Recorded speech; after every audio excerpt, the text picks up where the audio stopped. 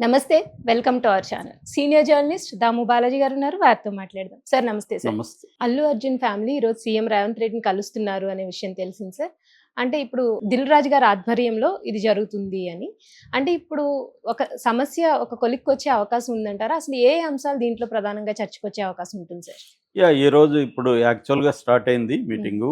Command control police దీనికి సంబంధించిన command control ఆఫీస్‌లో ఓకే సార్. దిల్ రాజు, తర్వాత రేవంత్ రెడ్డి, ఈ ప్రభుత్వం నుంచి భట్టి విక్రమార్క, డిప్యూటీ సీఎం, తర్వాత కోమటిరెడ్డి వెంకటరెడ్డి, ఉత్తమ్ కుమార్ రెడ్డి, తర్వాత దామోదర్ రాజనరసింహ, వీళ్ళు మినిస్టర్లతో కలిసి రేవంత్ రెడ్డి కలుస్తున్నాడు.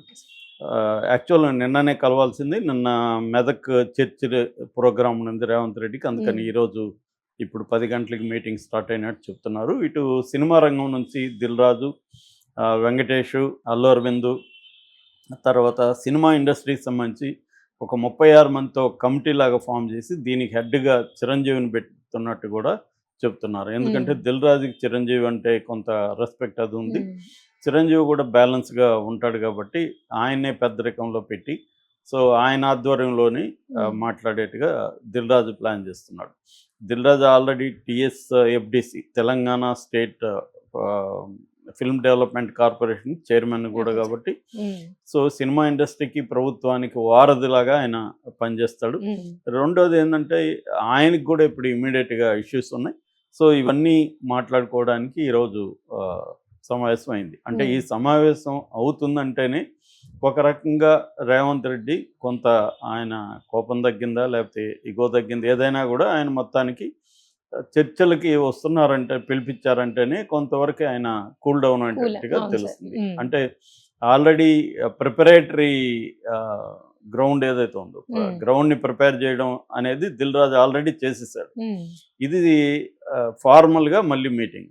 సో ఎప్పుడైనా కూడా ఒక ఫార్మల్ మీటింగ్ ఉంటే దాని వెనుక ప్రిపరేటరీ గ్రౌండ్ ప్రిపేర్ చేయడం అనేది కొంత అవసరం.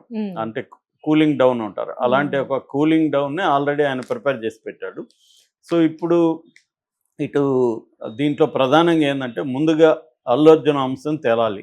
అల్లు అర్జున్ అంశానికి సంబంధించి అల్లు అరవింద్ తన ఫ్యామిలీ మరి ఎవరెవరు వెళ్తారు ఇంకా క్లారిటీ లేదు. అల్లు అరవింద్ అయితే వెళ్తాడు. వెళ్ళి ఒక ఎక్స్ప్లెనేషన్ ఇచ్చుకోవడం, అంటే మా వైపు నుంచి తప్పు జరిగింది, మేము ప్రెస్ మీట్ పెట్టడం తప్పే, తర్వాత మా అభిమానులు కొంత గవర్నమెంట్కి యాంటీగా పోలీసులకి యాంటీగా మాట్లాడడం తప్పు, ఇవన్నీ ఆయన మాట్లాడుకొని కొన్ని విషయాల్లో కమ్యూనికేషన్ గ్యాప్ కూడా ఉంటుంది. ఎప్పుడైనా ఇట్లాంటివి ఏం జరుగుతుందంటే మీడియా మధ్యవర్తులు లేకపోతే ఎవరంటే వాళ్ళు ఎంటర్ అయ్యి దీన్ని ఫ్లేరప్ చేసేస్తారు. ఆ కమ్యూనికేషన్ గ్యాప్లో తమ వైపు ఏమేమి జరిగింది అనేది ఆయన ఎక్స్ప్లెనేషన్ ఇస్తాడు. తాము ఎందుకు ఇలా బిహేవ్ చేస్తాము, ఏం జరిగింది అనేది తను చెప్తాడు. అలాగా కొంతవరకు మాట్లాడుకుంటే రేవంత్ రెడ్డి వైపు నుంచి రేవంత్ రెడ్డి కూడా మాట్లాడే అవకాశం ఉంది. అంటే అవతల వైపు నుంచి ఏమేమి తప్పులు జరిగానే రేవంత్ రెడ్డి ఖచ్చితంగా గట్టిగానే చెప్పే అవకాశం ఉంది. చెప్పినప్పుడు అవన్నీ ఇక మీదట రిపీట్ కాము, జరిగిన దానికి క్షమించండి అనేది అల్లు అరవింద్ కూడా మాట్లాడే అవకాశం ఉంది. సో దాని తర్వాత ఇప్పుడు అల్లు అర్జున్ విషయంలో ఏం చేయాలి నెక్స్ట్? ఆల్రెడీ ఆ బాబుకి సంబంధించి ఆ ఫ్యామిలీకి సంబంధించి వాళ్ళు బాధ్యత తీసుకున్నారు. పుష్ప టీము 2 కోట్లు, అంటే అల్లు అర్జున్ ₹1,00,00,000, సుకుమార్ 50,00,000, తర్వాత మైత్రి మూవీ మేకర్స్ వాళ్ళకి సంబంధించిన ప్రొడ్యూసర్లు ఇద్దరు ఉన్నారు, నవీన్ అండ్ రవి యలమంచిలి. వాళ్ళిద్దరు కూడా కలిసి 50,00,000 మొత్తంగా 2 కోట్ల ఫండ్ని ఫిలిం ఛాంబర్కి అందించారు. సో ఆల్రెడీ 10,00,000 అల్లు అర్జున్ నుంచి వెళ్ళింది, అది పట్టుకొని 90,00,000 ఫిలిం ఛాంబర్ దగ్గరికి వెళ్ళిపోయింది మొత్తంగా ఓవరాల్గా. సో ఫిలిం ఛాంబర్ వాళ్ళు మిగతా ఇండస్ట్రీలో కూడా కొంతమంది దగ్గర కలెక్ట్ చేసి ఇవ్వబోతున్నట్టుగా చెప్తున్నారు. ఇంకా కొంతమంది వేణుస్వామి కూడా నిన్న 2,00,000 ఇచ్చాడు. ఇలాగా కొంతమంది ఇచ్చారు. అంటే ఓవరాల్గా ఒక మినిమం ఒక 5 కోట్ల వరకైనా ఆ ఫ్యామిలీకి ఇవ్వాలి. ఎందుకంటే ఎడ్యుకేషన్కి ఒక ట్రస్ట్ లాగా ఏర్పాటు చేసి ఆ పిల్లల ఎడ్యుకేషన్కి వాళ్ళకి ఎంత క్వాలిటీ ఇన్స్టిట్యూట్లో చదువుకున్నా దానికి సరిపోయే మనీని వాళ్ళకి, అట్లాగే లైఫ్కి సెక్యూరిటీగా ఉండే స్థాయిలో మనీని వాళ్ళకి అందించాలి ట్రస్ట్ లాగా పెట్టి అనేది ఇప్పుడు ఫిల్మ్ ఛాంబర్ ఆధ్వర్యంలో జరుగుతుంది. సో అదొక అంశం. అట్లాగే ఇక మీదట ప్రభుత్వం మీద కానీ పోలీసుల మీద కానీ ఎటువంటి నెగటివ్ రాకుండా చూసుకోవాల్సిన బాధ్యత కూడా అరవింద్ ఫ్యామిలీ మీద ఉంటుంది.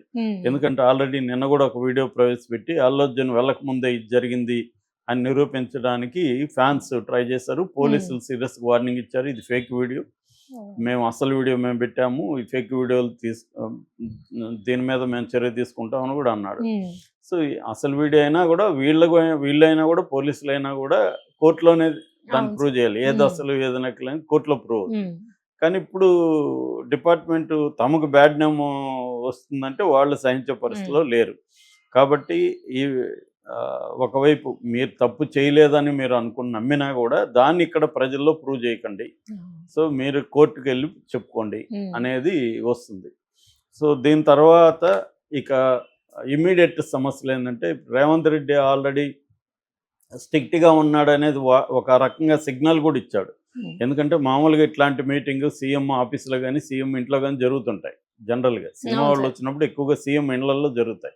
కానీ ఈయన కమాండ్ కంట్రోల్ అంటే పోలీస్ డిపార్ట్మెంట్ దీంట్లో పెట్టాడంటేనే ఐఎమ్ సీరియస్ అన్నది ఒక సిగ్నల్ ఇచ్చినట్టుగా తెలుస్తుంది. అట్ ద సేమ్ టైం చర్చలు పిలిచారంటే కొంతవరకు ఫ్లెక్సిబుల్ ఉంటుంది. అంటే నేను కొంత ఫ్లెక్సిబుల్ ఉన్నాను కానీ మీరు అనుకునేంత ఉండదు అనేది రేవంత్ రెడ్డి చెప్తున్నట్టుగానే మన అర్థం అవుతుంది. సో దాని తర్వాత ఆల్రెడీ ఆయన అసెంబ్లీలో 3 విషయాలు స్ట్రిక్ట్గా ప్రకటించాడు. ఒకటి బెనిఫిట్ షోలు ఉండవు, 2 ప్రత్యేకమైన షోలు అంటే నెంబర్ ఆఫ్ షోలు మామూలుగా నైట్ నుంచి లేకపోతే అర్లీ మార్నింగ్ 4 నుంచి షోలు వేసుకోవచ్చు, అటువంటివి ఉండవు. 3వది టికెట్ రేట్లు పెంచను, నేను సీఎంగా ఉండేంత వరకు ఈ 3 విషయాల్లో ఇదే ఉంటుంది అనేది ఆయన అనౌన్స్ చేశారు. ఇప్పుడు ఆయన అంత ఓపెన్గా అనౌన్స్ చేసేసాడు, దానికి ప్రజల్లో మంచి స్పందన వచ్చింది రేవంత్ రెడ్డి మీద. అట్లాగే థియేటర్ ఎగ్జిబిటర్స్ అసోసియేషన్ కూడా మీటింగ్ పెట్టి మరి ఈయన అభినందించారు, ఇలాగే ఉండాలని చెప్పారు. ఈవెన్ ఆంధ్రప్రదేశ్ ఎగ్జిబిటర్స్ అసోసియేషన్ కూడా రేవంత్ రెడ్డిని అభినందించారు. సో ఈ స్థాయిలో ప్రజల్లోకి వెళ్ళిపోయినాక ఇప్పుడు ఆయన వెనక్కి రాలేడు. దిల్ రాజుకేమో 3 సినిమాలు ఉన్నాయి.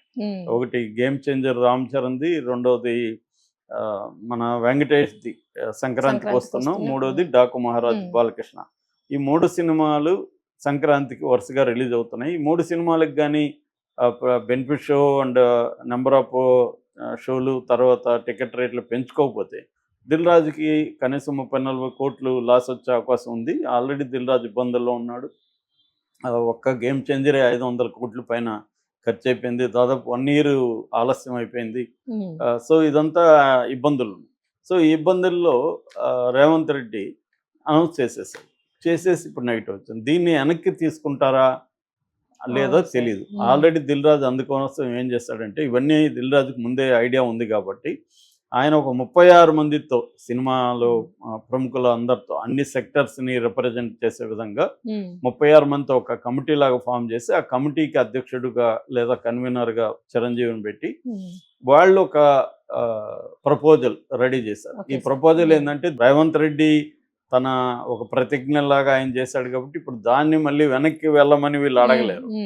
అవి అడిగితే అది ఇబ్బంది అవుతుంది. అందుకని అది లేకుండా ఇంకేమైనా చేయడానికి ఈ సినిమాలకు సంబంధించి ఇంకేమైనా బెనిఫిట్లు వచ్చే విధంగా చేసుకోవడానికి పర్మిషన్లు అంటే ఫర్ ఎగ్జాంపుల్ సింగిల్ స్క్రీన్లలో పెంచుకోవడానికి లేదు, మల్టీప్లెక్స్లో పెంచవచ్చు, అట్లాంటివి ఏమన్నా కొంత లేదు వాళ్ళతో కూడా మాట్లాడి థియేటర్ యాజమాన్యాలతో వాళ్ళకి ఓకే అనుకుంటే అప్పుడేమన్నా ప్రపోజల్స్ ఇలాగా కొన్ని ప్రపోజల్స్ పెట్టబోతున్నారు. ఇది ఇమ్మీడియట్ వ్యవహారం.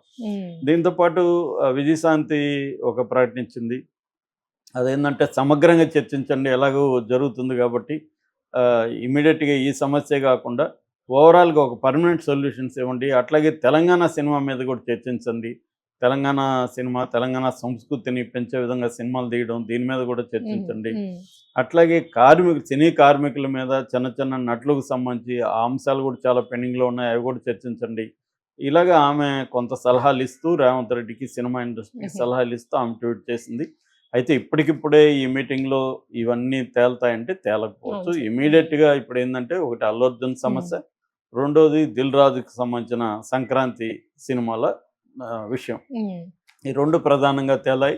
దాని తర్వాత ఒక గవర్నమెంట్ నుంచి తర్వాత ఇండస్ట్రీ నుంచి ఒక జాయింట్ యాక్షన్ కమిటీ లాంటిది ఒకటి ఫామ్ చేసి ఉమ్మడిగా అంటే ప్రభుత్వం నుంచి ఏం చేయాలి, సినిమా ఇండస్ట్రీలో నుంచి ఏం ఎక్స్పెక్ట్ చేస్తున్నారు, ఇవన్నీ ఉమ్మడిగా ఒక ప్లాన్ చేయడం. తర్వాత ఈ నెక్స్ట్ సినిమా థియేటర్లకు కానీ లేకపోతే రోడ్ షోలు కానీ హీరోలు వెళ్ళడానికి కూడా కొన్ని నియమాల్ని పెట్టడం. దాని తర్వాత బౌన్సర్లకు సంబంధించి, ఎందుకంటే ఇప్పుడు బౌన్సర్లు లేకుండా చిన్న ₹1,00,00,000 మార్కెట్ ఉన్న అవును హీరో సార్. కూడా నాకు బౌన్సర్లు కావాలని డిమాండ్ చేసే పరిస్థితి వచ్చేసింది మ్మ్. ఇండస్ట్రీలో. ఇది ఎక్స్ట్రీమ్ అయిపోయింది. మోహన్ బాబు విషయంలో చూసాం మనం.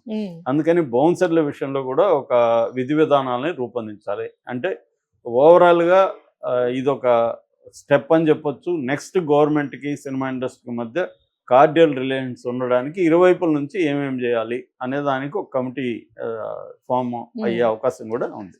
ఇదొక రకం మంచి పరిణామం చెప్పొచ్చు. Right sir, thank you sir.